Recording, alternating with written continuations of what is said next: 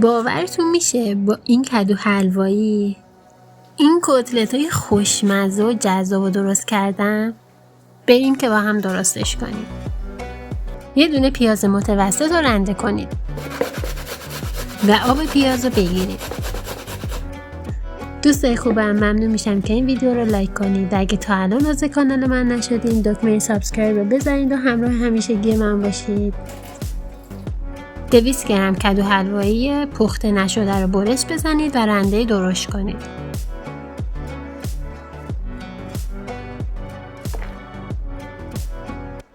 دو قاشق غذاخوری زعفران دم کرده بهش اضافه کنید. 5 سیب زمینی متوسط رو آب پز کنید و بذارید خنک شه. وقتی خنک شد با رنده درشت رنده کنید.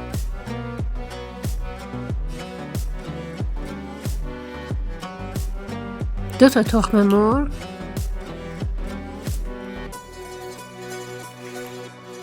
یه قاشق چایخوری نمک، کمی فلفل سیاه، تخم گشنیز، فلفل قرمز، زیره و 3 قاشق غذاخوری آرد به مواد اضافه کنید و خوب همه این مواد رو با هم ترکیب کنید.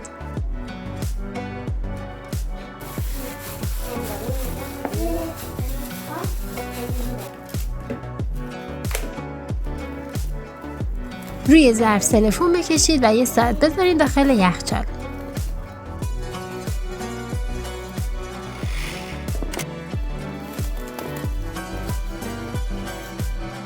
دستاتون رو خیس کنید و کمی از مواد رو بردارید و با دست به مواد شکل بدید.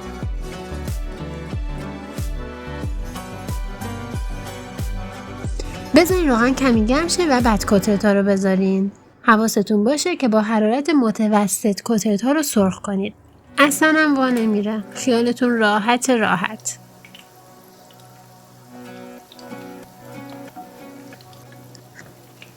این کتلت‌های کدو حلوایی رو حتما امتحان کنید.